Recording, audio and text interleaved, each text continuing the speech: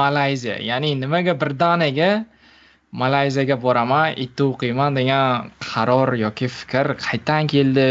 O'zing oldindan o'ylarmiding bu haqida yoki kimdir senga maslahat berdimi? Qanday bo'ldi, men aytaymi? Короче, birinchi o'zi US ga topshirdim, Amerikaga topshirdim, kirdim u yoqqa. U yoqdan viza отказ bo'lib qoldi. Ikkinchi menda vaqt yo'q edi. Men bilardim, Malayziyaga IELTS buncha baland ham kerak emas edi, потом undan stipendiya olish oson edi. Сразу Malayziyaga topshirdim. Shu payt IELTS 5,5 balos edi. O'shanda сразу topshirib, сразу viza oldim bir oyda, bir oyda уже Malayziyaga kelib student bo'ldim. Shunaqa ham Malayziyada nimaga Malayziyani tanladim? Chunki Malayziya eng arzon variant, odamlari juda mehribon, bu yer juda ham безопасно, juda ham bexatar. Bu yerda bemalol kim bo'lsa ham o'qib yursa bo'ladi. Shu plyuslari eng katta plyuslar. Потом shu мировой statusdagi o'qishlar bor, потом bilan diplomi bilan любой joyda ishlasa bo'ladi. Shuning uchun Malayziyani tanladim. Yaxshi. Uydagilarga Malayziyaga boraman, itni o'qiyman deganingda qanday reaksiya bo'ldi? Nima deyishdi? Hay, uydagilarim meni faqat quvvatlashgan, podдержка qilishgan. Men nima desam, shunga mayli, o'zingni uddalab, yaxshi o'qisang bo'ldi deb, keyin sразу topshirib ketdik. Chunki Malayziya ko'p odamlar o'ylaydi, Malayziya unaqa yaxshi davlat emas, rivojlanmagan deb o'ylaydi, lekin bu yer shunaqa rivojlangan. Pasporti ham 4-o'rnidir, dunyo bo'yicha 4-o'rnidir baquvvatligicha. Juda ham rivojlanib ketgan davlat. Bu yerda o'qish ham yaxshi plan deb o'ylayman. Bu yerda qolib ishlab ketish ham yaxshi plan deb o'ylayman. Yaxshi ideya. U yerda hali ishlash haqida yana gapiramiz vaqti kelganda. Hozir san tengdoshlaring, ko'pincha meni studentlarim, ya'ni ko'pi chet elga o'qishni xohlaydi, lekin ba'zilari bitdan ketishdan qo'rqadi. Ya'ni o'z yurtni tashlab boshqa joyga borib hayot boshlash yoki o'qish boshlash bu oson emas. Sen nimadan ko'proq qo'rqding, ya'ni Malayziyaga ketishdan oldin? Rostini aytsam, hech nimadan qo'rqmadim. Hech nimadan qo'rqmadim. Meni o'zi orzuyim boshqa davlatda o'qib, o'zim rivojlantirishim kerak edi.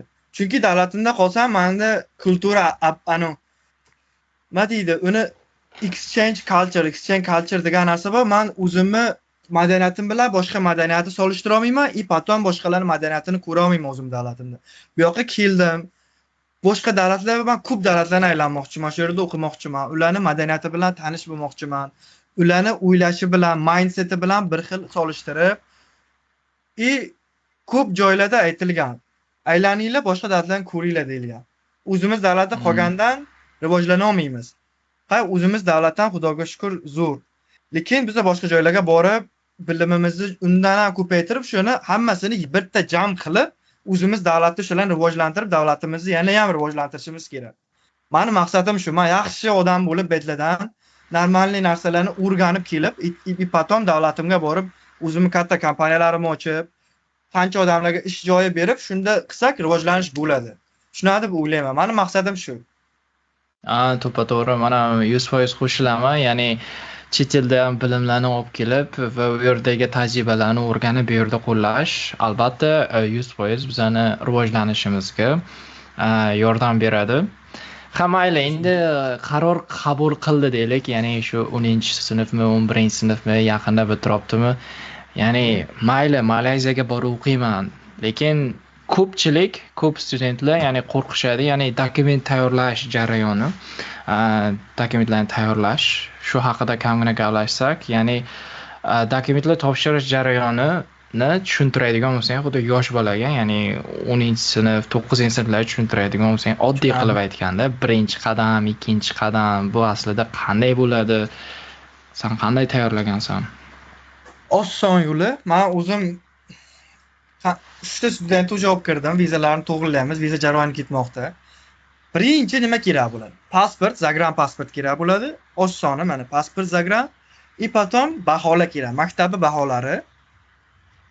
Shu maktab baholarini ingliz tiliga перевод qilib, shular kerak. Keyin mayda-chuydalar, pochta shu narsalar, shular kerak, tamom. Mana shu ikkita glavniy narsa kerak xolos Malayziyaga o'qishga kirishga. IELTS bu optional. Nima deydi? Majburiy emas. Bu yerda o'zini Hmm. kichkina ekzameni bo'ladi. Hmm. Mikro ekzamen, shuni ekzameni universitetni ichida yoki o'sha IELTS minimum 5 kerak, tamom. IELTS uncha kerak emas degan. Bu yerda shu oson yo'li shu. Mana shu narsalarni beradi student. Undan keyin universitetga tashlanadi. Universitetda shu yana applikatsiyasi bor, shu applikatsiyani to'ldiradi. Potom bir hafta ichida javobi keladi. Sen o'qishga kirding deydi yo kirmading deydi. O'qishga kirding, shu viza protsessiga, registratsiya protsessiga oplata qil deydi. Oplata qilinadi. Hmm. Potom oplata 72 soat atrofida bo'lishi kerak. 72 soatdan keyin уже сразу universitet bilan vizaga topshiriladi. Potom viza protsessi bo'ladi. No 100% MGS degan narsa bo'ladi. O'shanda shu kerakli dokumentlarni solib boraverish kerak, shu yoqqa download qilib boraverish kerak. Potom uzoq bilan shu 1 oyda o'sha bo'ldi. Viza protsess 100% galishka bo'ladi. Potom сразу biletni olib uchib kelaveradi Malayziyaga. Endi hozir ko'p studentlar endi birinchi topshirishdan topshirib bo'lgan, ular aytishi mumkin, sizga aytish oson deydi. Sen shularga yordam berasan-a, shu o'qishga topshirishga, Malayziyaga borishga? Da, men o'zim 100% yordam beraman. Shu o'qishini shu noldan, shu pasport o'qishga topshirishdan potom buyoqqa kelib olib, kutib olib, kvartirasiga joylashtirib qo'yib, universitet bilan tanishtirib, lekchirlar bilan hammasini tanishtirishga men o'zim yordam beraman, xudo xohlasa. Hammasiga o'zim men yordam beraman. Yaxshi, zo'r. Menimcha juda yaxshi imkoniyat. Chunki men ham shu Donoda o'qib yurganimda eshtardim, ko'plar Malayziyada o'qiyapti yoki Malayziya zo'r joy ekan, juda rivojlangan, hamma maqtardi, lekin men bilmasdim qanday qilib topshirish va hech qanday informatsiya yo'q edi. Qandaydir qo'rqardim, qandaydir umuman bilmagan joyga borish, lekin kimdir tanish u yerda bo'lsa, tем более o'zimizdan odam shunchalik yordam beraman desa, menimcha bu yoshlar uchun juda katta imkoniyat. Qo'rqish kerak emas. Odamlari juda mehribon bu yerda. Realniy mehribon. Hamma ular millatlar yashaydi bu yerda. Hammasi bir-biri bilan aniq. Realniy. Odamlari juda mehribon. Любой joy shu qaysi muammo bo'lsa yordam berishadi. Lekin qo'rqish yo'q deb o'ylayman. Chunki безопасно. Ingliz tili bilan ko'chada bemalol yursa bo'ladimi? Ularni boshqa tillari ham bor o'zlarida. Bu yerda 3 xil natsiya yashaydi. Shu hindular yo'q, xitoyliklar, potom malaylar. Shu ko'chib kelishgan avval, lekin hammasi ingliz tilini biladi. Chunki bularda hammasi maktabda ingliz tilini o'rganadi. Kuala Lumpur, men poytaxtda yashayman, poytaxtda hamma ingliz tilini biladi. Chunki poytaxtda hamma ingliz tilida o'qiydi, ingliz tilini normal bilishadi. Yaxshi. Ya'ni ingliz tilida gapirsang hamma, ya'ni sen nima menga ingliz tilida gapiryapsan, o'zim tilimda gapir degan qandaydir negativ reaksiya qilmaydi. Umuman. Ularning tili ingliz tili bilan mix bo'lib ketgan. Xuddi bizda ruscha bilan gaplashib tashlaymiz-ku. Bular ham shu. Bular ingliz tili bilan chalkashib ketgan. Chunki bularni avval Buyuk Britaniya boshqa bo'lgan-ku. Shuning uchun bularni inglizchasi bilan chalkashib ketgan, inglizlarga bo'lib shunaqa muomala qilmaydi. Kim bo'lsa ham boshqa davlatdan keldimi, tamom. Boss deydi. Thank you. Hammaga shu. Shunaqa, juda mehribon. Yaxshi. Ko'pincha chet elda o'qish haqida gaplashsam yoshlar bilan, ularda bitta muhim savol bo'ladi. Ya'ni men 2 borib olib, ham o'qib, ham ishlab olamanmi degan savol. Ishlash. Men unisiga garantiya bera olmayman, chunki Malayziya qonuni bo'yicha studentlarga ishlash mumkin emas. Shunaqa bor. Lekin ishlasa bo'ladi. Ish topsa bo'ladi yoki qo'rqaman agar ishlab olsa milisa deb ishlamasa ham bo'ladi. Lekin bu yerda arzon, narsalar juda arzon. Ish topsa bo'ladi, part time shu soatlik ishlar topsa bo'ladi. Ishlasa bo'ladi, yaxshi to'lashadi. Lekin ishlasangiz universitetdan qolib ketasizda.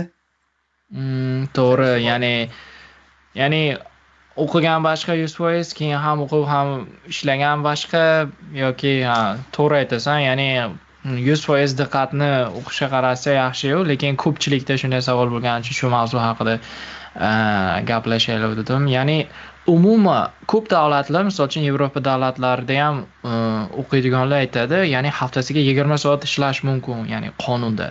Ya'ni Malayziyada umuman ishlash mumkin emasmi yoki chegaralanganmi ishlash? Foundationga mumkin emas. Foundationga mumkin emas, bakalavrga mumkin. Qanday mumkin? Universitetdan qilsa bo'ladi, ishlasa bo'ladi. Faqat universitetdan meni ishlashimga hujjat beringlar deydi.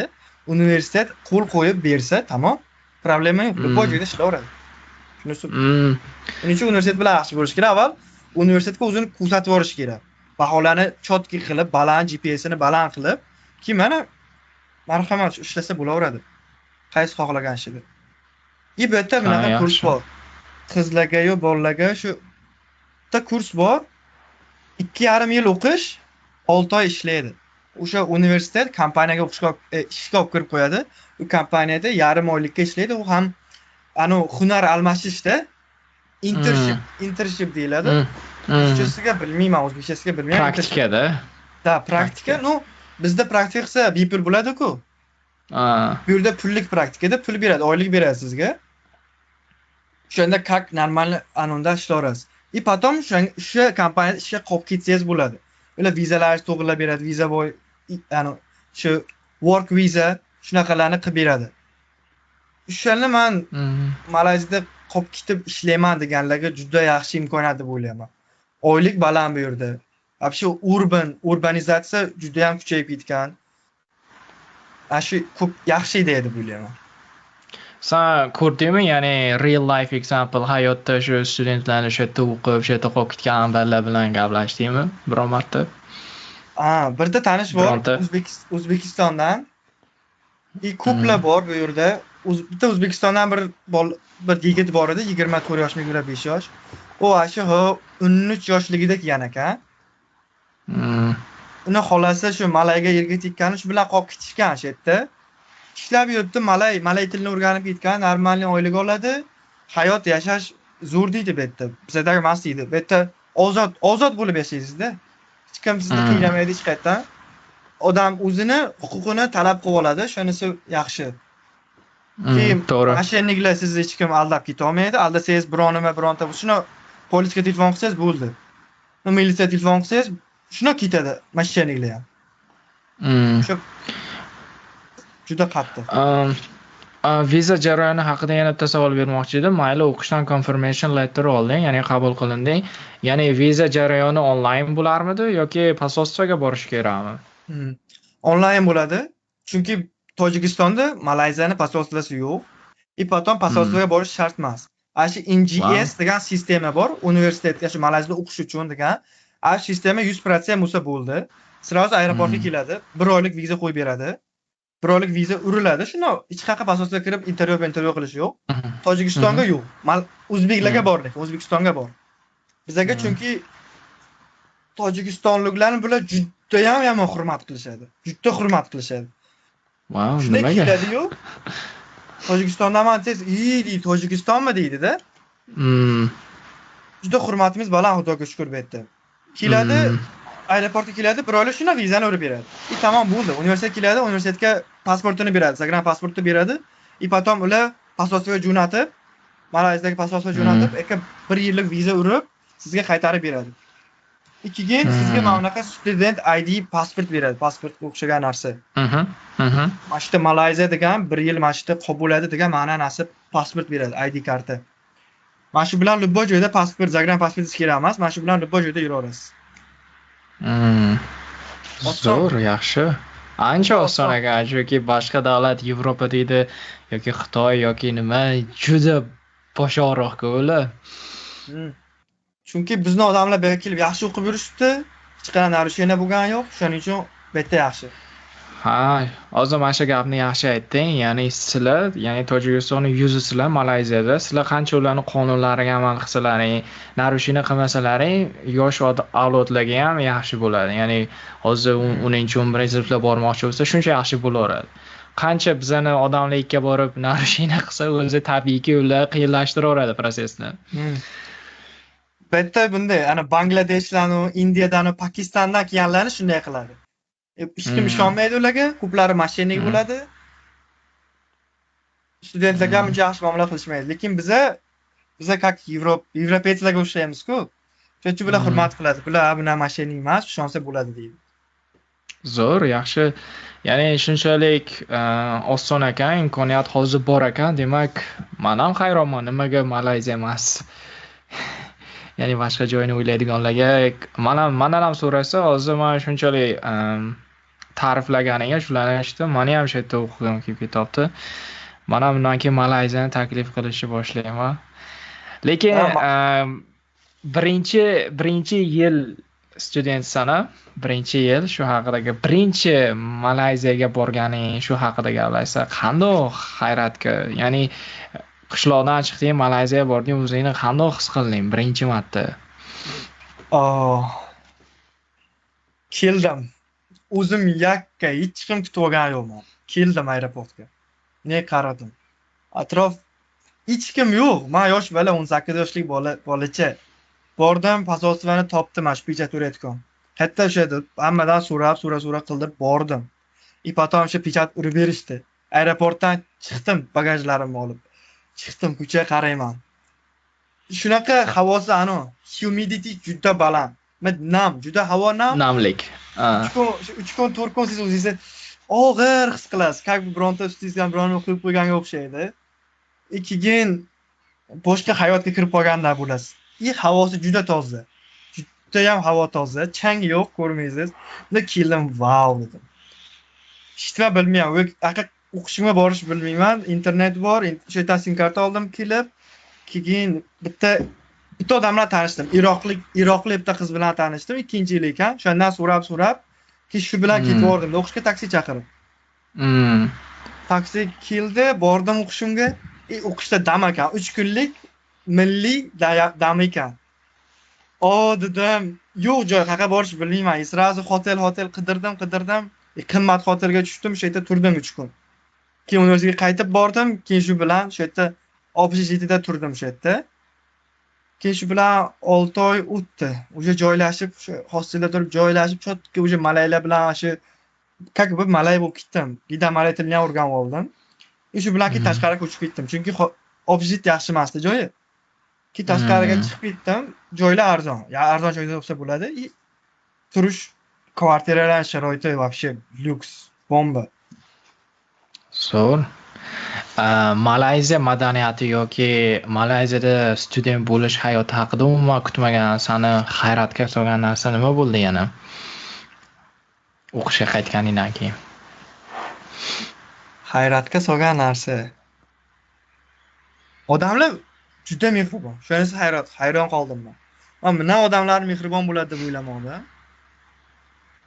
Misol tamillar, shu hindular bor-ku, hindular ham juda mehribon. Misol любой joyda ko'rsa ovqat yeydingmi deb so'raydi, tanimasangiz ham. Ovqat yeydingmi deydi. Malaylar ham shunday. Men ham musulmonlar, hindular, buddistlar ahil yashayotganiga men hayron qoldim. Juda hayron qoldim. Shunaqa ahil yashaydi bir-biri bilan. Hamma bir-birini hurmat qiladi. Hamma bir-biriga bos, thank you. Hech nima qilmasa ham thank you, rahmat. Xo'jayin, bos. Haqiqatan bos yaxshimiz, bos uzun. Bu muomalasini o'rgandim shularni kelib. Wow, zo'r. Bu shuning uchun bular kuchayib ketyapti-da. Katta bizneslarni ochadi. Bo'lmasa, men hayron qolganim bitta dahshat qimmat mashinalarda. Rolls-Royce, Lamborghini, Porsche'larda tushadi oddiy odam. Ne borib gaplashib ketorasiz-da, bilmayman. Men shu hayron qoldim. Qanday bitta gida XP olib qo'ysa tamom. BMW olib qo'ysa, qani bo'lmaydi, gaplasha olmaysiz. Bu yerda bu mashinani ko'rsangiz 2 million, 3 million so'mlik mashinada borib gaplashangiz, nima ish qilasiz? İngilizce'de gaplashangiz, how are you? Says, I'm good. How about you? Where are you from? deydi. Qayerdansan deydi. Mashinadan wow deydi. Zo'r, yaxshi davlat deydi. Nima ish qilasiz siz? Mana ish qilaman deydi. Bitta mashinangizni ko'rsam maylimi desangiz. Shundan ochib ichiga minib, zavodit qilib ko'rsangiz ham hech nima demaydi. kamtar Haydash odamlar xohlaysanmi deydi. Haydash xohlaysanmi ham deydi. Yo'q, o'rtasida man biron qo'rqib desa. Juda mehribon to'g'ri. odamlar. Men shunisiga hayron qolganim shu. Shunisi hayron qoldirdi. И потом bizda o'qisangiz, misol ko'p akalar aytgan, pora oladi o'qishga. Shunisi bor, и потом o'qishdan lektorlar yaxshi muomala qilmaydi deydi-ku. Bitta shunaqa mehribon, shunaqa zo'r muomala qiladi. Dars tushunmadim desangiz, sizni darsdan keyin olib qoladi 1 soat. Misol tushunmadim desangiz, menga boshqatdan o'rgatsangiz, bemalol hech qanaqa og'irligi tushmaydi. Shuni o'rgatadi, yarim soat, 1 soat temani boshdan o'rgacha, ido chotka qilib o'rgatib beradi. Men shunisiga ham qoyil qoldim. Zo'r. Ha, mayli shuncha yashading Malayziyada, shuncha uzoq vaqt davomida biron bir san qilgan biron ahmoqona yoki jini bir xato bo'ldimi? Hozirgacha eslaysan yoki eslab kulasan shu xatoni qilgan ekanman deb. Ya'ni hamma ham xato qiladi-ku yangi joyga borganda. Mashininglar ko'p. Mashinalarga ishonganim, bir xil bolalar bor, bir xil odamlar bor, sizni ishontiradi, o'rtoqda oladi. И потом pul so'raydi. И pul berasiz. И сразу sizni tashab yo'q qoladi. Shunisi bor. Sanda bo'ldimi shunday? Ha, bitta arab bilan o'rtoq bo'ldim. O'sha birinchi 3 kun qolganimda, otelda qolganimda, qimmat joyda, qimmat mashin rentga oluvdi. Ano shu rent arendaga oluvdi. И потом boqa aylanib bordi. Keyin $100 berib tur dedi. Men $100 berdim. Sразу qabul qaytarib beraq etsam, 1 soatda qilib beraman dedi. 1 soatda qilib beraman deb, ber dedim, shu bilan 2 kun o'tdi, bermadi. Потом hay uxladim-da dedim, sразу keyin shu bilan indamadim, qo'ydim. Amin dedim, sразу davay dedim, ketdim o'qishimga. Tushunarli. Keyin bu yerda har xil bizda somon TG bor-ku. Bu narsalar sotilayotgan ham bor. Marketplace'lar ham bor. Shulardan ham sotib olishni maslahat beraman-u, lekin onlayn sotib olish maslahat bermayman shulardan. Men shuga bittasini $300 ga bitta meta ochki bor-ku, shundan sotib oldim $300 ga. Aplatani onlayn qil dedi. Qayf shonsam bo'lar deb onlayn qildim. Yaqin mana 5 kun 3 kun bo'ldi. Onlayn qildim-u, и потом yo'q. $300 ham ketdi, uxladim. Wow. Kim ko'radigan bo'lsa, Malayziyaga borsanglar, shu xatolarni qilmanglar. Shu xatolarni qilmanglar. Hushyor bo'lish kerak, tamom. Kimni ishonmash kerak? Klublarga bormanglar. Hech qanaqa yomon ishlarni qilmanglar. Maslahatim shu.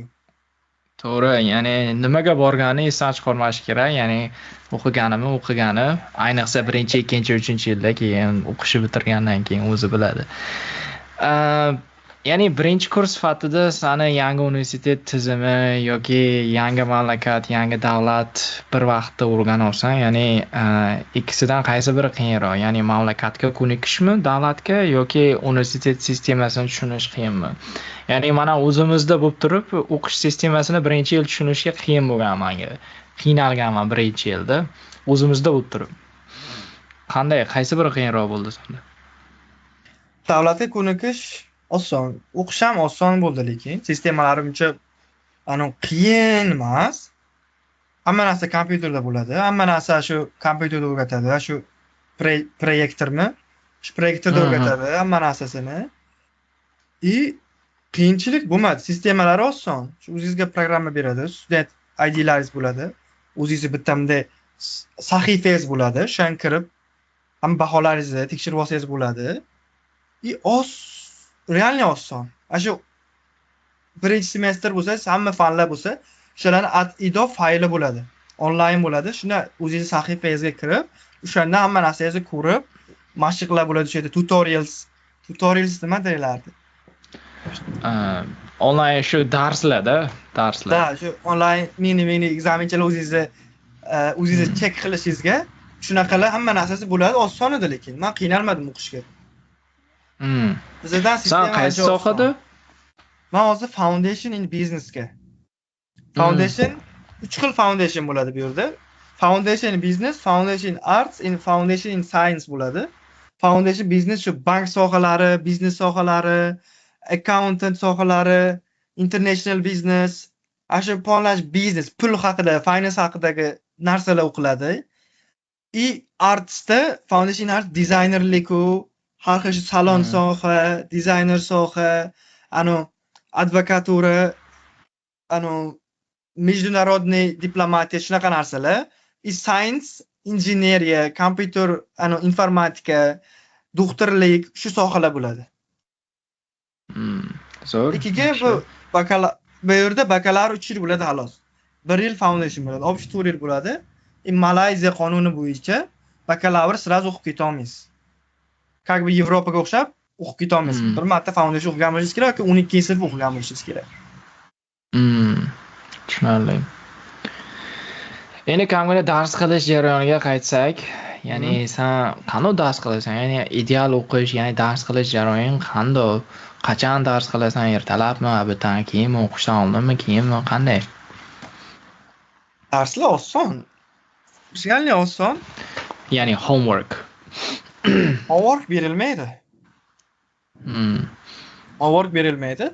Assignment bo'ladi. Assignment degan narsa shu har semestr o'rtasida bitta bo'ladi, semestr oxirida bitta bo'ladi. Ekzamen ham shunday bo'ladi. Keyin tutorials bo'ladi. Tutorial shu har bitta anon uchun har bitta chapter 10 ta chapter bo'ladi bitta semestrda. Hmm. Fanga qarab, fan qiyin bo'lsa 5 ta chapter bo'ladi. Yoki chapter o'qiysizda, shu 10 ta varaq bo'ladi, 10 ta varaq darslik bo'ladi, oson. O'shani orqasidan keyin test beradi. Shu testni borib o'rga qilib qo'ysangiz yaxshi, esingizda qolib ketadi. Yoki shu semestr oxirigacha tugaguncha shu bir semestr 3 oy bo'ladi. 3 oyda shu 10 ta tutorialni qilib tashlashingiz kerak. Bir varaq savollar bo'ladi. 20 ta savol yo 15 ta savol bo'ladi. Shularga javob test bo'ladi. Shularga javob berib jo'natib yuborishingiz kerak. Shu sahifangizga qo'yib qo'yishingiz kerak. Keyin Yaxshi. Zo'r. Malayziyada yangi biron-bir odat o'ttirdingmi? Shu Malayziyada yurib, shu yerda o'qishlarda odamlarning ichida yurib, biron xil yangi odat o'ttirdingmi? Ya'ni Tojikistonda yoki o'zimizda o'ttira olmaydigan, o'rganmaydigan qandaydir. Shu bos deyishmi, nima bo'ldi? Qanday odat o'ttirding? Improve juda katta bo'ldi. Dunyo qarashim juda o'zgardi. O'sha men yosh bolada o'ylamayman. O'sha katta odamda o'ylayman. Bir narsa qilmoqchi bo'lsam, ertani o'ylayman, nima bo'ladi ertaga.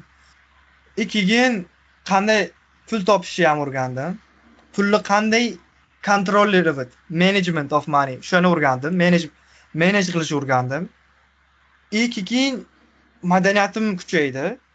Misol bizda madaniyat uncha ham kuchmas. Misol biron joyda ochirt bo'lsa, odamlar bosib o'tib ketadi o'shani. Bu yerda ochirt qanday? Hayron qolganim, bitta avtobus bekatida turibman, telefonim bilan o'ynab turdim. Joyda hech kim yo'q edi. Shu 15 minut o'tdi. Qarab turaman, uni orqaga qarasam, odam tiqilib ketgan. Bir qator mahalla turishdi-da. Yurdim. Ko'rib, realni hayron bo'lib, vasxishyon bo'ldim o'shanda. O'shanda ham o'rgandim. Keladi odam, joyini topib oladi. Men ham endi shuni o'rgandim-da. O'sha madaniyat oshdi. İngliz tilim kuchaydi, rosa kuchaydi ingliz tilim. Avval ingliz tilim 5 oldim. Speakingim 5 edi. Hozir 6,5 speakingdan oldim. Juda kuchayish ko'p bo'ldi.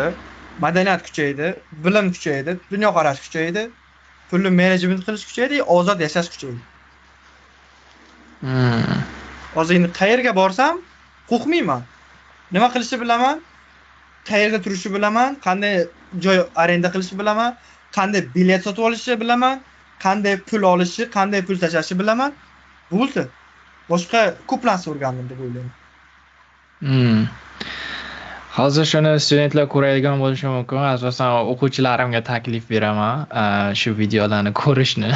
Bir ikkita agar ular ko'radigan bo'lsa, ular chet elda o'qishni xohlaydi. Lekin ular chet elga borib o'qimasa, nimani yo'qotadi deb o'ylaysan? Nimani yo'qotishyapti chet elga borib o'qimay? Yoki Malayziyaga borib o'qimay nimani yo'qotishyapti ular deb o'ylaysan? Ko'p narsani yo'qotadi. Ya'ni tilni o'rganmaydi. Madaniyatlari o'rganmaydi. Ko'tarilishi nima deydi? Boyishi, bizda pul kerak, pul muhim, to'g'rimi? Pul topishi tezlashmaydi. Shu oylik bilan yurishga o'rganadi. O'sha joyda qolib ketadi. Improvement bo'lmaydi, manipulyatsiya bitta joyda bo'lib qoladi. Shu Hmm. davlatdan chegaraga chiqa olmaydi. O'ziga o'zi chegara qo'yib qo'yadi. Hmm. Chiqsin, ko'rsin qanday hayot ketyapti. Odamlar to'xtamaydi. Odamlar chiqsangiz kompyuterda, robotda bo'lib qolgan bo'ladi. Aqa-baqa Hmm. emotsiyalarga berilmaydi. Biznes tamom. Hmm. Mani maslahatim o'qishsin hozir 4 yil 5 yil kallani bir joyga qo'yish kerak. Bir narsani ushlash kerak. O'sha plan emas u. Sell, goal. Shu goalni urish kerak tamom. Hmm. Maslahatim chiqinglar biron joyga, bo'ldi. Chiqinglar, любой farqi yo'q. Qaysi davlatga bo'lsa ham boringlar, o'qinglar. Mani maslahatim. Qancha o'zlaringiz ishlanglar, boringlar, pulni topinglar avval. Misol, uylaringizni sog'inasizlar polibon. Men ham uyimni juda qattiq sog'inaman. Oilamni sog'inaman. Lekin men hozir mayli chidab turmoqchiman. Chidamoqchiman, potom mana 3 yil, 4 yil, 5 yil bor pulni yaxshi topib, mana uyimga kelib, normalniy mashinalarni topib, normalniy oila qurib, normalniy shu yerda joy yaxshi onlayn biznes ochib, shu yerda qolib men ishlab ketsam bo'ladi. Shunda keyin To'g'ri. menda oilamni sog'inish bo'lmaydi. Paytda men boshqa joylarga, davlatlarga borib aylanib kelib, yana o'zimni uyimda mazza qilib, baxtli bo'lib yashashim mumkin. Sizlarga ham shu maslahatim, kallam bir joyga qo'yinglar, boshqa davlatlarga chiqib o'qinglar maslahatim. Shu gap.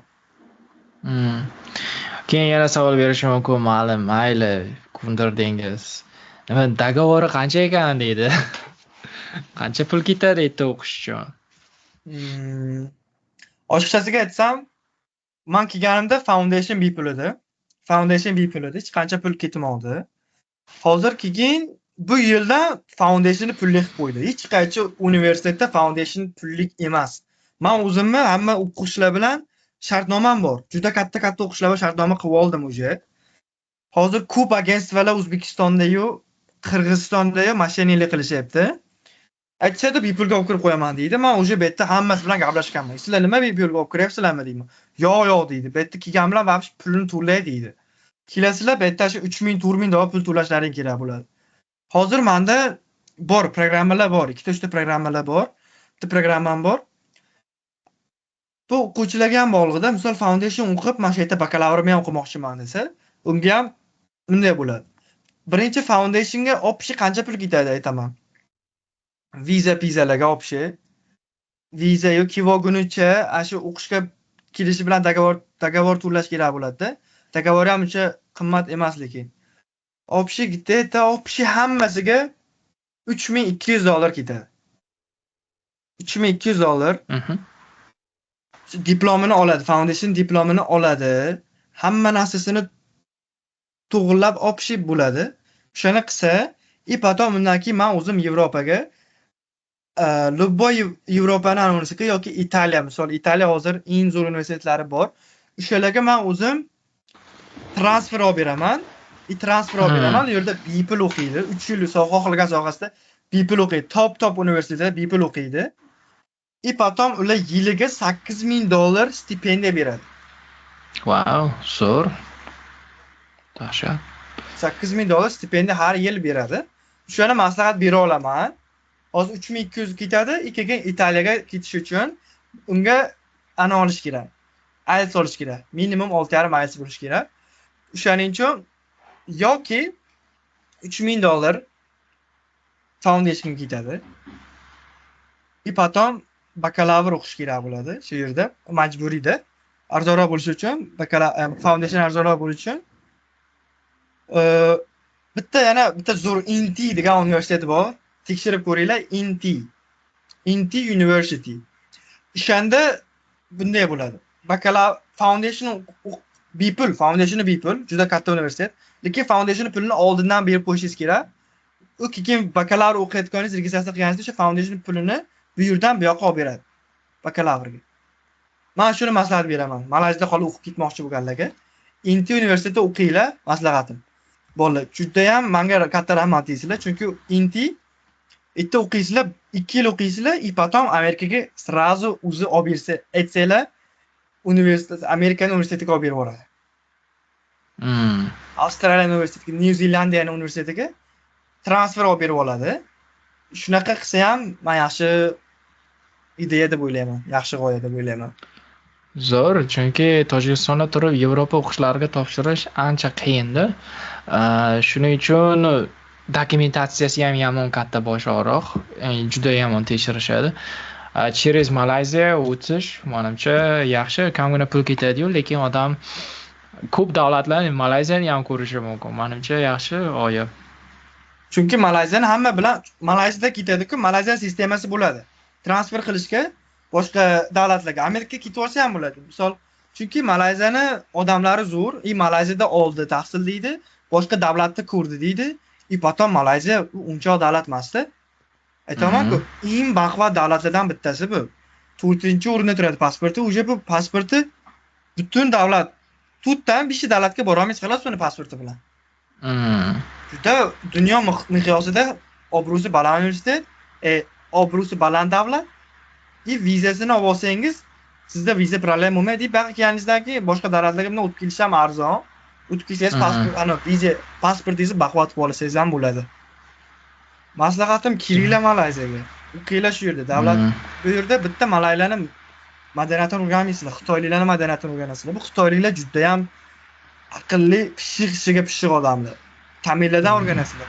Paytda bu yoqqa kelasizlar, bitta malay shu nasionalist ko'rmaysizlar.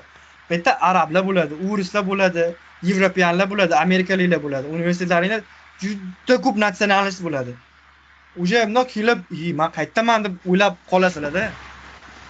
Juda ko'p o'rtoqlarni orttirasizlar, networking bo'ladi. Networking bo'lgandan keyin o'qishlarni bitirib, shunday maktab, o'sha universitetni bitirdinglar, sizlar shu o'rtoqlaring bilan aytasizlar.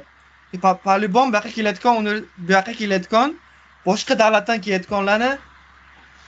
kelayotgan universitetlar kimdirlarni balasida ular juda katta boylarni balasi bo'ladi. Sirazi shularga telefon qilib, o'rtoq, biron o'qish ishlaring yo'qmi desanglar, shunday sizlarga o'qishni ishlaringni to'g'rilab berish ham mumkin. Networking juda qattiq bo'ladi bu yerda, juda baquvvat. Zo'r. Workout trenirovkaga vaqt bo'lyaptimi yerda? Bemalol. Juda katta zallari juda ham arzon. $30 premium shu. Har kun borasiz, unlimited, ichida saunasi ham bor, hamma narsasi bor. Ha, yaxshi. Zo'r. Juda bizda qimmatdir yani. Bu yerda mana har kunlikka $30. Nima u $30 u zal shu Kuala Lumpur poytaxtdagi eng katta zal. Juda ham zo'r sharoiti. Bir xilla keyin yashash haqida ham so'raydi, kvartira qancha to'laysiz deb. Kvartiraga $150 dan $200 gacha bo'ladi. Potom kvartirada ichida hamma narsa bo'ladi, konditsioner, o'sha tashqarisida basseynlari bo'ladi, katta basseynlari, ichida saunasi bo'ladi. Bilyardi bo'ladi, tennisi bo'ladi, futbolni zona tashqarida bo'ladi, basketbolni zona bo'ladi, tennis bo'ladi, badminton bo'ladi. Hamma narsasi bo'ladi. Dars qilishga ham joyi ham bo'ladi. Wi-Fi'lar bo'ladi. Hammasi unlimited sharoit, uni studentlarga ham sharoit mazza beradi. Bitta xonada necha kishi turasizlar? Men xonamda bir kishi turaman. Kvartiralar bo'ladi. Kvartira qanday bo'ladi? Misol o'rtoqlar bilan kelsanglar, Opsi bitta kompaniyani rent qilsanglar bo'ladi. 3 xonali, 4 xonali bo'ladi. Shunda lekin arzonroq ham tushadi. $80, $100 dan tushib qoladi agar ko'p kishi kelib, 5 kishi, 6 kishi kelib, 4 kishi, 5 kishi kelsa, 4 xonali kvartira olsa, kvartiralari ham bizda kvartiralarga o'xshamaydi. Kvartira lyuks kvartirada. Real sharoitlari zo'r. Turadi. Potom bitta kvartira, misol men turayotganim mixed unitlar bo'ladi. Bir kishi kelayotganlarga mixed bo'ladi. 3 xonali, 4 xonali kvartira. Potom har bitta xonada har xil odamlar turadi, tanimaysizlar. Lekin tualeti bitta ishlatiladi. Keyin kuxnisi bitta ishlatiladi, xolodilnik, kirayotgan mashinalari bitta ishlatiladi. Lekin sharoiti shunda ham yaxshi, toza hamma narsasi. Har bir haftada opshi hamma joy tozalayotgan odam keladi, tozalab ketib, tozalab ketadi shu bilan. O'shanga lekin qimmatroq tushadi, $150, $200 dan atrofida bo'ladi shu pul. Ovqat masalasi qanday bo'lyapti? Ovqatlari qanday o'rganish jarayoni bo'ldi? Ovqat achchiq. Real achchiq. Achchiqmi? Bular yomon ko'p achchiqni yaxshi ko'radi. Birinchi unda ishlagan objektda ishlaganimda qimmatga tushib ketuvdi. Chunki har doim ko'chadan yurdim. Потом kunim shu KFC'ga qolib ketuvdi. Yoki arab bilan ovqatlanishim kerak edi. Arab bilan ovqati yaqin emas edi. Потом qimmat edi, juda qimmat edi. $10 dan 100 somon. Shu bitta ish 100 somon edi. $10, $15 edi. Потом сразу ko'chaga уже 6 oydan keyin chiqdim. Dogovor 6 oy qilib qo'ydim, chiqdim. Hozir mana o'zim ovqat qilib yeyman uyda. Bu yerda juda arzon. Go'sht bor-ku, mol go'shti 50 somon kilosi. Wow, bizada 100 somondan oshiq. Haftasiga mana 1,5 kilo, 2 kilo go'sht yeyman. Yaxshi. Da, maza tovuq go'shti ham, mol go'shti ham arzon. Chunki bu yerda mol go'shtini yemaydi. Uncha qo'y go'shti 80 somonmi deyman? Yo 70 somon, 80 somon kilosi. Arzon. Zo'r. Har kun mana kabob qilib yeyishaveradi. Ha. Yana nima mavzular haqida gaplashsa bo'ladi? Chunki men bor savollarimni so'radim. Menimcha, yana nima gap? Tak. Nima desam bo'ladi? Yashash joyida gaplashdik. O'qish masalasida Ovqat gaplashdik. Pul haqida gaplashdik. Transport gapi. Transport. Qanday transportlar bor? Qanday ishlatish osonmi, qiyinmi? Okay, transport itam luxury deb ayta olaman. Chunki har bitta daji avtobusida ham konditsioneri bo'ladi. Yaxtag hamma kartochka bilan bo'ladi. Mana shunaqa kartochka olasiz. Bunaqa kartochka, bu hozir student kartochka, bu 50% skidkasi bor.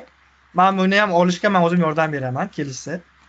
Shu universitetga topshirib olishga yordam beraman. 50% hammasiga skidka bo'linadi. Потом любой hammasi ulanib ketgan. Kuala Lumpur shahri juda quruq bo'lgan, hamma joy metrolar 3 xil, yo'q, 6 xil metrosi bo'ladi. LRT 3 xil LRT bo'ladi, MRT bo'ladi. Hammasi bilan har joyda Kuala Lumpur polna aylanib yursanglar bo'ladi. Ikkiga juda ham yaxshi deb o'ylayman. Chunki agar taksi bilan qimmat bo'ladi, LRT esa arzon. 3 somon, 4 somon bo'ladi. Juda uzoq joylarga 3 somon, 4 somondan borib olsanglar bo'ladi. Qaytcha ham shuncha bo'ladi. Avtobuslari 2 somon. Katta avtobuslar 2 somon kartochkalar bilan yechib oladi. Hammasi kartochka. Keyin naqd ishlatib yotmaysizlar. Hamma narsa kart, QR kod bilan. Shu. Lekin taksilar ham bizga qaraganda arzon deb o'ylayman. 20 kilometr, 10 kilometrlarga 80 somon, shunaqa 80 somon. Uncha qimmat emas deb o'ylayman. Wow, qariyb bir xil ekan. Nimalar, taksi ham, avtobus ham. Bizda taksi qimmat deb o'ylayman. Chunki Xo'jandga chiqmoqchi bo'lsangiz 150 somon, 200 somon qilib qo'yadi. Ha, shunday, to'g'ri. Tajib bizada qimmatroq. Xo'jandga hozir bizada 10 kilometr xolos, ha? Yo'q, 20 kilometrdan oshiq. 20 kilometr. Qishloqdan. Men hozir tashqari, mana shu Kuala Lumpurdan tashqariga taksida borsam, bularda farqi yo'q. 40 ringitga, 30 ringitga boraman. 30 ringitingiz 60 somonmi, 70 somon xalosda. Ya'ni o'zi ovqat sotib olib, ovqatini qilsa yana arzon, yeb ichish ham arzon, transport ham arzon. Turar joy qarib sal qimmatroq bizadan. Bo'ldi, dogovorni to'lasa, ag'i o'sha muammo emas ekan. Xarajat arziydi lekin, xarajat arziydi. Qilganga arziydi. Bitta Tojikistonda ishlasa, oylik kichkina bo'ladi-da baribir. Kamroq kam pul topadi. Bitta ko'proq idara sotib qiladi. Katta pul emas deb o'ylayman men. To'g'ri. Kelajak uchun depozitni qo'yish kerak. Kelajak keyin mana porloq bo'lsin-da. Shunday. Ekanini o'rasan edi-ku. Ha. Keyin pul masalasi ham hech qancha ketmaydi. Men misol o'zim qancha sotib qilaman. Opshi mana kvartiramga $160 to'layman. Kvartiram $160 to'layman. Uydagilarimga $150 tashlaylar yetadi deyman. Opshi mayli $300 tashladi komissiyasi bilan. $300 har oy $300 ketadi. Всё. Zo'r. har oy $300 ketadi. И потом договор boshda to'lab qo'yishadi, tamom. Boshda $3200 ketadi. Bo'ldi, shu bilan maza qilib yurishaveradi. Договор ham shu 3200 poundli dogovor emas. $2000 dogovor. U o'sha qolgan $1200 ana vizaga ketadi, ana MGS ga ketadi. O'qishni registratsiya feesi bor-da. Har yil fee oladi, ana nalogi bor. Davlatning o'zini nalogi bor, shular ketadi. 6% nalogi bo'ladi bu yerda. Bunaqa bu yildan shunaqa qilib qo'yishgan hamma narsa. Nalog. O'qish shuncha pul ketadi. Atak qimmat emas deb o'ylayman. Yevropaga qaraganda ancha arzon. Lekin ancha. O'qish bir xil. Qiziqqanlar senga qanday aloqaga chiqishsin? Instagramdami? Qiziqqanlar bemalol Instagramga chiqishaversin. Shu yerga biz akkaunt ulanadi, bitta akkauntimni qo'yaman. Bu agentство akkaunt ochganman. Shu yerda poylash haqida gap postlar qo'yaman. O'sha bilan ular boraveramiz. Tamam. Software desangiz, meni главный akkauntimga, chunki yerda ana auditoriya kattaroq, ko'proq odam ko'radi. И потом keyin uni uzib tashlaymiz. Главный akkauntimni uzib tashlaymiz. Ana u akkauntimda turadi.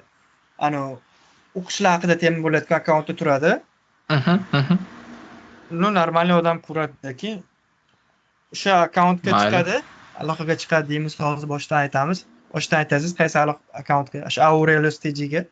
Shu bilan hammasini hal qilamiz, chunki keyin garantiya berasanmi deb ayting, o'sha kirishga. Garantiya berasanmi o'qishga kirishga? Qishloqdansan. Qishloqliklarga. Men 100% garantiya beraman. Уже 3 ta student olib keldim. Xudo xolasa bir oydan keyin bitta studentimiz keladi. Shu bir oydan keyin vizasini qilaymiz. Bir oydan keyin xudo xolasa keladi, postni qo'yamiz, sizlar ko'rsatamiz ishonchliligini. Nimaga men o'zimga juda ham confident, juda o'zimga ishonaman. Chunki bu yerda men menejerlar bilan shug'ullanaman-da. Universitet menejerlari juda meni hurmat qilib, juda yaxshi ko'rishadi. Juda ham hammasini o'zimiz podasha qilamiz. Sen student olib kel, seni nomingdan kelishaversin. Biz hamma iddo senga yordam beramiz deyshadi. Skidkalar ham qilib berishyapti-da menga hozir. Aslida bundan ko'p ketadi, $4000. Договорni o'zi $4000. Menga hozir где-то 30% skidka qilib berishyapti, men nomimdan kelgani uchun. Shuning uchun men 100% garantiya beraman, vizalaringga hamma narsa garantiya beraman. И потом agar bironima qolsa 100% pullarni qaytarib beraman. Unaqa bo'lmaydi, lekin 100% o'zimga ishonch, confident bo'lganim uchun, shuning uchun pullarni qaytarib beraman deyman. Agar o'zimga ishonch bo'lmaganida pullarni qaytarib bermayman derdim. Ko'p agentstvalar bilan chiqsanglar, Amerika bilan pullaringni 100% qaytarib beramiz deydi. Chunki ular universitet bilan ishlamaydi, hech nima garantiya bera olmaydi. Men o'zim garantiya beraman, chunki univers bilan aloqam bor. Univers men sizlarga ochiq oydin qaysi universitetga topshirishlarini aytaman. Потом o'zlaring universitetga tanlaylar, men gaplashaman universitet bilan. Qachonki kattaroq privatniy universitetlarni tanlasanglar, qimmat bo'lib boraveradi, lekin shunisi ham bor. Zo'r, yaxshi ish boshlabsan, ya'ni balaga yo'lini ko'rsatib o'qishga olib kirish ancha yaxshi ish deb o'ylayman, savobli ish, ya'ni kelajagini qurishda muhim bir qadamda bu. Endi bizani odamlarni bilasan, shu yerda yashab ko'rgansan, rosa yordam berishni xohlagan odamlarni eshitsa yo ko'rsa, bu nimaga buncha yordam bermoqchi deb qandaydir ikkilanadi yoki ishongisi kelmaydi. Shunaqa hissiyot, shunaqa odamlarga nima degan bularning? Endi na odamlarga insof bersin deyman. Qanday o'zini odamga ishonmaydi deb o'ylayman. O'zi shu qishloqdan chiqqan odam, shu normal odamlarni balasi, endi ko'plar taniydi meni oilamni. O'zimizni bizneslarimiz bor, joylarimiz bor, qancha magazinlar bor, arendada ko'pi. Ishonishdi, ishonmasa men o'zim dokumentam bor, o'sha shartnoma ham qo'ydirib olaman. Meni o'zimni, chunki diplomatiya har doim birinchi o'rinda, men o'zimni ham haqimda o'ylaganim uchun shartnomaga qo'l qo'ydirib olaman. Mancha pul olayman, mancha narsa qilaman, men o'zimga o'zim garantiya beraman. biron xil biron bo'lsa men o'zimga javobgarligini olaman deyman. Mm, Ishonishsa, zo'r, yaxshi. shunaqa odamlarga men aytaman, ko'proq kitob o'qishsin, biron joyga aylangani borishsin, Mm, juda ishonishni o'rganishsin o'zlarini odamlariga. Ular ko'p odamlar to'g'ri. kimga ishonishadi? Ular boshqa davlatdagi odamlarga ishonishadi. Potom o'sha pam beradimi, nima deydi? Shu Pam disappointed beradi. bo'lishadi. Pam berib, o'sha odamlar pam beradi, potom pullari kuyishadi, ishonchlariga kuyishadi, shu bilan hech kim ishonmay qo'yishadi. Shuning uchun o'zimiz To'g'ri. odamlar bilan ish qilishni maslahat beraman. Har xil odamlar bilan ish qilmanglar.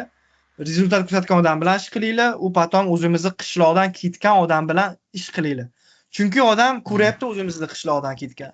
U odam o'sha qishloqdan ketdi. O'sha qishloqdan ketib boshqa davlatga kelib ko'nikdi.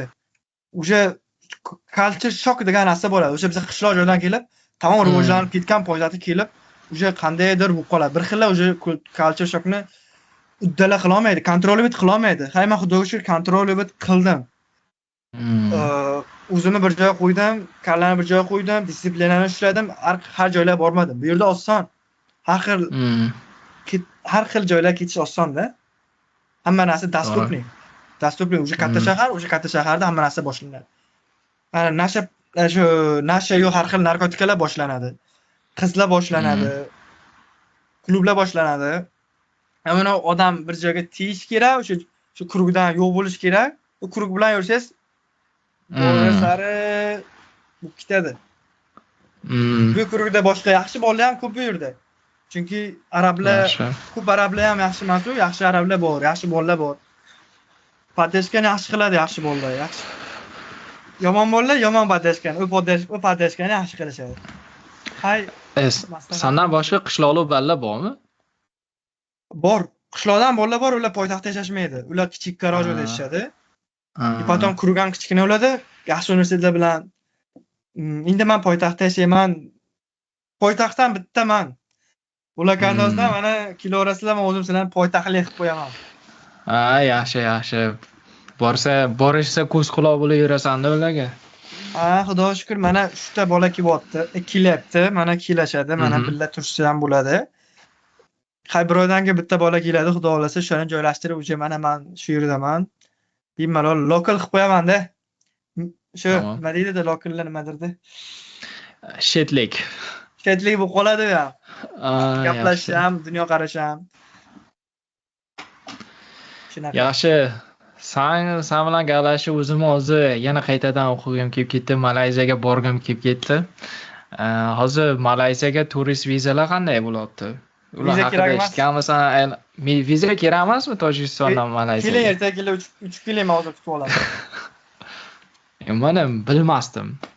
Yaxshi, transportlar arzon bo'lsa, yeb ichishi arzon bo'lsa, borish kerak ekan xalosda. Keling, bu yerda yomon zo'r beachlar bor. Ana plyajlar shunaqa zo'r, arzon, otellar shunaqa arzon, ovqatlar arzon. Ya'ni kelasiz, misol Malaylarning ovqati arzon, achchiqmaslari ham bor. Menga o'sha yoqib qolgan ovqatlari mazza qilib yeyman. Boshida kelsangiz yoqmaydi. Kelsangiz zo'r joylarga aylantirib kelaman. Zo'r. Necha kun beviza? Bir haftami, bir oymi? Wow, dahshat-ku. Bir oy. Men bilmasdim. Filippinga ham shunday. Filippinga ham bir oy. Manila yo'q. Lekin Singapurga emas, Tailandga emas, Kambojaga emas, Indoneziyaga emas. Ularga onlayn viza olish kerak. Da, tushunarli. Malayziyaga aylanib kelishga bo'ladi lekin. Zo'r. Yaxshi. Mayli, yaxshi ish boshlasan, maza qildim sen bilan gaplashib. Umid qilamanki, shu Malayziyaga borib, seni yoningda o'tirib, biron xil kontent qilamiz. Xudo xolasa. Bo'ladi. Siz hozir bakalavr tugatgansiz? Ha, men bakalavr tugatganman. Men o'qishni 2020-yil bitirganman. Inyazni bitirganman. Ha, master o'qisam ham bo'ladi, ha? Mana masters degreega qiziqadiganlar shu haqida gaplashsa, magistratura qanday bo'ladi? Master oson, 2 yil o'qiysizlar, potom masterda ishlasanglar ham bo'ladi. O'sha masterda ko'p ish qilsanglar bo'ladi Malayziyada. Juda ko'p ish qilsanglar bo'ladi. Master oson, shu bakalavr baholaring kerak, potom IELTS kerakmi, kerak emasmi, unisi ham farqi yo'q, shu как бы bakalavr topshirganda. Maslahatim masterga ham juda bu yerda juda ko'p imkoniyat ko'p. Poddержка qilishadi. Bu yerda ishlar qolib ketsanglar bo'ladi. Chunki ko'p odamlar master qilish uchun keladi bu yerga. O'sha masterga qimmat emas master. Realniy master qimmat emas, hech qancha pul ketmaydi. O'sha master o'qiyotganlar puli ham bo'ladi. O'sha obro'si baland, katta universitetlarda master o'qisanglar, qandlaringni urasizlar deydi-ku, qandlaringni urasizlar. Normalniy soqqa qilib qolib ketasizlar shu yerda, lekin master o'qiyotganlar. Men o'zingizga ham maslahat, keling mana shu yerda bosing lekin. Ha, men hozir o'ylab qoldim. Bir o'ylab ko'rish kerak. Maslahat qilaman, sizga UMga topshirib beraman. UMga alashib beraman. Aloqaga chiqaman. Yana University Malaya dunyo bo'yicha 40-o'rindami, 20-o'rinda turadi. Dunyo bo'yicha. Malayziya bo'yicha 1-o'rinda, Aziya bo'yicha 1-o'rinda turadi. University Malaya tekshirib ko'rsangiz bo'ladi. Keyin yana bitta mavzu qolib ketibdi chetda, uni ham aytib qo'yaylik, ya'ni so'ramaysiz deyishmasin, ya'ni scholarship boku, kvota scholarshiplar shularga qiziqadiganlar ham bo'ldi. Scholarshiplar haqida biror ma'lumot bormi sanda Malayziyada o'qishda? Malayziya scholarship bor edi foundationda. Olib tashladi, chunki ko'p studentlar har xil davlatlardan kelib foundation sertifikatini olib qochib ketishgan. People'ga o'qib qochib ketishgan, foundation olib o'sha boshqa davlatlar borib o'qishganda keyin o'shaning uchun foundation olib tashlashdi. Lekin bitta universitet bor Inti, o'shani ham pulini to'lashingiz kerak boshida. Potom keyin bakalavrga o'tkazib beradi. O'shanda bakalavrda foundation pulingizni o'tkazib beradi bakalavrga, potom foundation как people'lar bo'ladi. Lekin bakalavrga bepul yo'q. Bo'ladi, stipendiya bo'ladi, 100% bo'lmaydi. 50%, 35% olib bo'ladi. Da stipendiya yo'q bu yerda lekin. Zo'r. Meni maslahatim bu programma bilan menda maslahatim bunday qilsa bo'ladi. Foundation o'qishsin. Potom ana Italiyada o'qishsin. Bepul o'qishsin Italiyada. Mana $8,000 yiliga olishsin. Potom Italiyada o'qishganda 3 oyda bemalol olib boy joyda Schengen viza olishgandan keyin 3 oy mazza qilib olib boy joyda normal oyda ishlasa bo'ladi. Potom o'shani qilish uchun lekin gidda depozit qo'yish kerak-da. Общий gidda shu общий 4 yiliga boshda pul beradi. Uning uchun IELTS'ni olish kerak. Shu 1 yil ichida Malayziyada o'qiganda IELTS 6,5 olib berish kerak. O'shangacha $3,000 yo'q. Tak, 3,5 pul beradi. 3,5 pul beradi. Potom IELTS'ni topshirib bo'lib, foundation tugatgandan keyin Italiyaga topshirib berib, vizalarni olib beramiz hammasini. Potom undan keyin ketib olgandan keyin yana $4,000 pul beradi. Bo'ldi shu bilan $4,000 pul beradi. O'xshi mana 4,000, 3,5 $7,500 qayerga qolib yana hisob kitob qilish kerak, qancha pul ketishini. Potom bo'ldi shu bilan mana har yil $8,000 stipendiya oladi. Potom people o'qiydi. Potom erta ishlab o'qila oladi. Potom o'sha birinchi kursida Italiyada birinchi kursda shu pulni topib olsa bo'ladi. Ana bilsanglar travel degan programmasi bor. O'shanda borib 3 oy ishlaydi. Oyiga $3,000 dan oylik oladi. O'sha 3 oyda $9,000-10,000 ishlaydi. Bo'ldi, tamom. Shu pulni yopadi. Tamom, o'sha kelajakga yaxshi o'qib ketadi, xudo xolasa. Vau, yaxshi, zo'r. Bu suhbatni, bu gapni yana tugamaydi menimcha. Yana ko'p gaplashsa bo'ladi, lekin hozir darsga ketishim kerak. Senga katta rahmat, aloqada bo'lamiz. Studentlarga ham seni tavsiya qilaman, so'rashsa. Rahmat hammasiga.